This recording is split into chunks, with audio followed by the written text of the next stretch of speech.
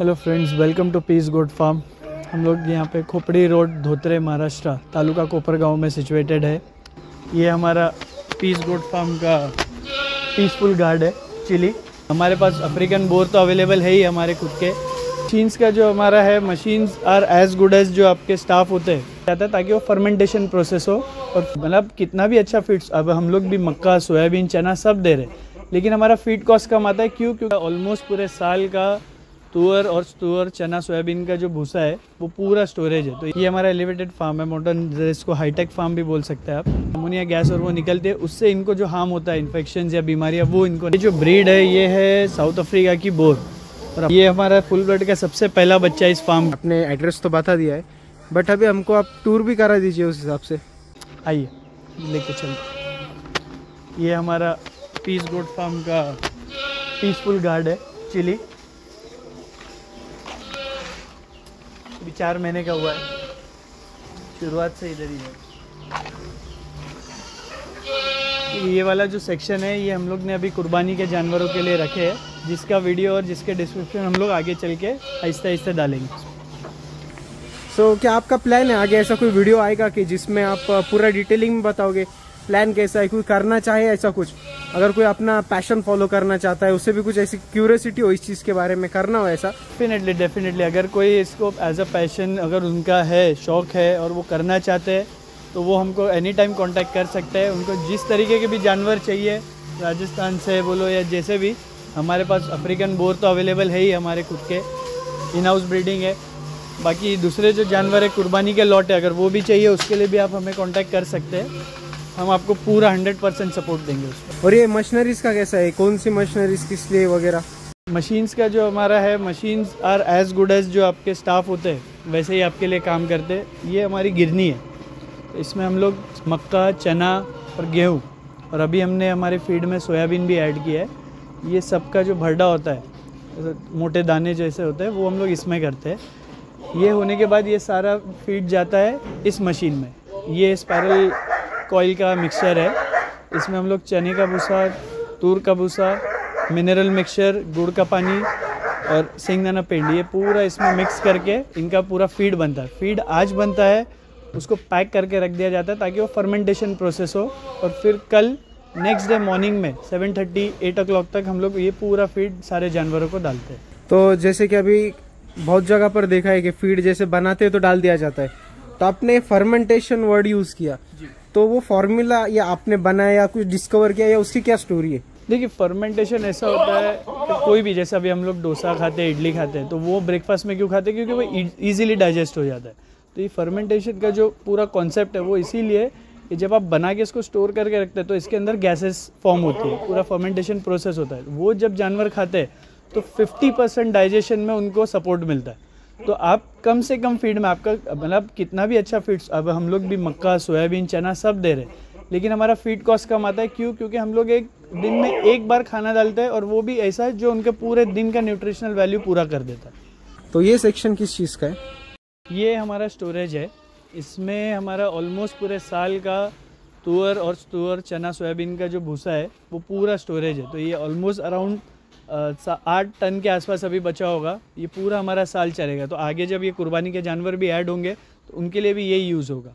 तो पूरे साल का स्टॉक हम लोग एक ही बार में स्टॉक करके रखते हैं। तो ये पूरा सेक्शन स्टोरेज है। ये हमारा एलिवेटेड फार्म है, मॉडर्न, जिसको हाईटेक फार्म भी बोल सकते हैं आप। ये जो ज़मीन अभी हम लोग नीचे थे, वहाँ से ऑलमोस्ट 6 फीट हाइट पर है, ताकि इनका जितना भी जो भी वेस्टेज जो नीचे गिरता है वो पूरा नीचे जाता है, और जो उसमें से अमोनिया गैस और वो निकलते हैं, उससे इनको जो हार्म होता है, इन्फेक्शन या बीमारियां, वो इनको नहीं होती। तो इनकी हेल्थ और सफाई सबसे बड़ा जो प्लस पॉइंट है वो तो सफाई है, क्योंकि किसी भी फार्म में सफाई होगी तो कोई बीमारी आती नहीं। भाई ये जो ब्रीड है ये है साउथ अफ्रीका की बोर, और अपने पास जो क्वालिटी है वो फुल ब्लड की है इस वक्त। ये हमारा फुल ब्लड का सबसे पहला बच्चा इस फार्म का। ये दिस इज़ नाउ 7 months का है ये, और ये ऑलमोस्ट 46-47 kg पे आ चुका है। तो ये एक्चुअली जो साउथ अफ्रीकन बोर की फुल ब्लड की क्वालिटी होती है वो ये होती है। एंड आपकी इसका आइडिया क्या था, जैसे कुछ था ऐसे दिमाग में? फुल ब्लड अफ्रीकन बोर रखने का सबसे बड़ा रीज़न ये है कि इसका जो वेट गेन है वो पूरे वर्ल्ड में सबसे अच्छा है। इससे अच्छा वेट गेन किसी और जानवर का नहीं है बकरों में। और हमने मतलब सोचा था कि भाई रखेंगे तो फिर फुल क्वालिटी में ही रखेंगे, उसमें मिक्स और इसका नहीं रखने। तो ये जैसे पार्टीशन है, तो मेरे को एक बार इंट्रोड्यूस करा सकते हो आपकी इस पार्टीशन में, कौन सा पार्टीशन किस लिए, क्या है सब कुछ? ये अभी इसमें टोटल 5 पार्टीशंस है। इसका 100 फीट की लेंथ है और ब्रेथ जो है वो 30 फीट का है। तो हर पार्टीशन का एक अपना स्पेसिफिकेशन है। अभी ये जो है ये हमारे यहाँ के हुए हुए बच्चे मेल जो 3 महीने के ऊपर हो गए उनके लिए ये है। बाकी के जो आगे के 3 जो पार्टीशंस है वो फीमेल्स के लिए। तो एक इसमें जो प्रेग्नेंट फीमेल्स है वो है और उनको प्रेगनेंसी और वेट के हिसाब से डिवाइड किया गया है। आइए, तो मैं आपको पहले एक चीज़ बता देता हूँ। ये जो मेरे 2 जानवर है, जो पहले अपने 2 मेल है, ये सोल्ड आउट हो चुके हैं और ये अपने पास अभी पलाई पे है। तो पलाई जनरली अभी हम रखते नहीं है, लेकिन ये हमारे खास पहचान के थे तो हमने उनको पलाई पे रख दिया है। और ये है, इसकी भी एक डिमांड आई थी एक फार्म से जनरेशन की, तो वो मेरे एक फ्रेंड के फार्म से मैं लाया और ये भी सोल्ड आउट है। ये भी मुंबई में बिक चुका है। और उसी तरफ क्या है दूसरे थर्ड पार्टीशन? ये वाले जो पार्टीशन है ये सारे इनके डिलीवरी हो चुकी है। इनके एक 2 बच्चे सबके हो चुके हैं। और ये अभी ये हमारा ब्रीडर है यहाँ पे, ये भी साउथ अफ्रीका इंपोर्ट लाइन का ब्रीडर है। और ये सब अभी क्रॉसिंग के लिए फिर से रेडी हो गए। ये जितना प्योर होता है उनकी हाइट कम ही आती है, लेकिन अब आप देखेंगे रेगुलर जो अपनी देसी नस्ल होती है वो हाइटेड होती है। उनका इतनी हाइट होने के बाद भी 70 to 75 तक का वेट होता है। ये हाइट कम है लेकिन स्ट्रेंथ में इनसे बेहतर कोई और दूसरी ब्रीड नहीं है।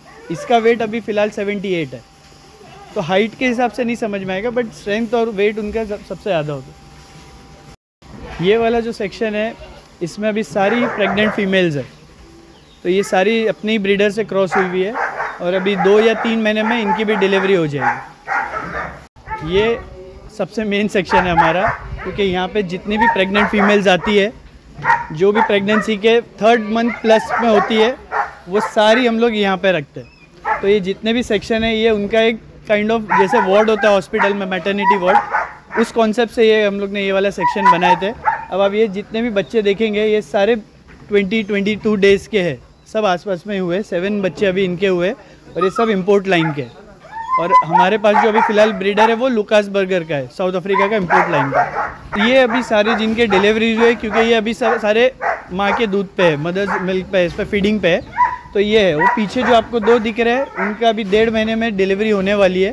तो वो इसीलिए वो पीछे 2 अलग से निकाल के रखे। जब उनकी डिलीवरी हो जाएगी तो ये वाले जो फीमेल्स है उनको हम वहाँ शिफ्ट कर देंगे और उनको आगे ले लेंगे।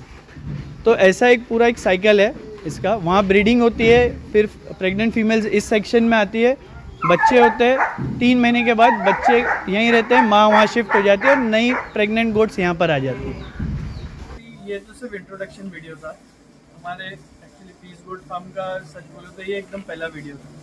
आगे चल के अगर जितने भी व्यूअर्स है उनको अगर कोई क्वेश्चन होगा वो क्वेश्चन पूछ सकते हैं, हम उसके हिसाब से भी वीडियो डालेंगे जिसमें फीड कवर होगा, उनकी दवाई कवर हो जाएगी, उनका डेली रूटीन शेड्यूल कैसा करना है, न्यूट्रिशनल वैल्यू कितना देना है, हम सब उसमें कवर करेंगे आहिस्ते आहिस्ते। आगे अभी एक लॉन्ग जर्नी है, ये तो बस स्टार्ट है और हम आगे हर एक चीज़ कवर करेंगे। जो भी हमको कमेंट सेक्शन में जो डालेंगे, अगर उसको पर्टिकुलरली इस टॉपिक पे कवर करना है तो हम वो टॉपिक कवर करेंगे।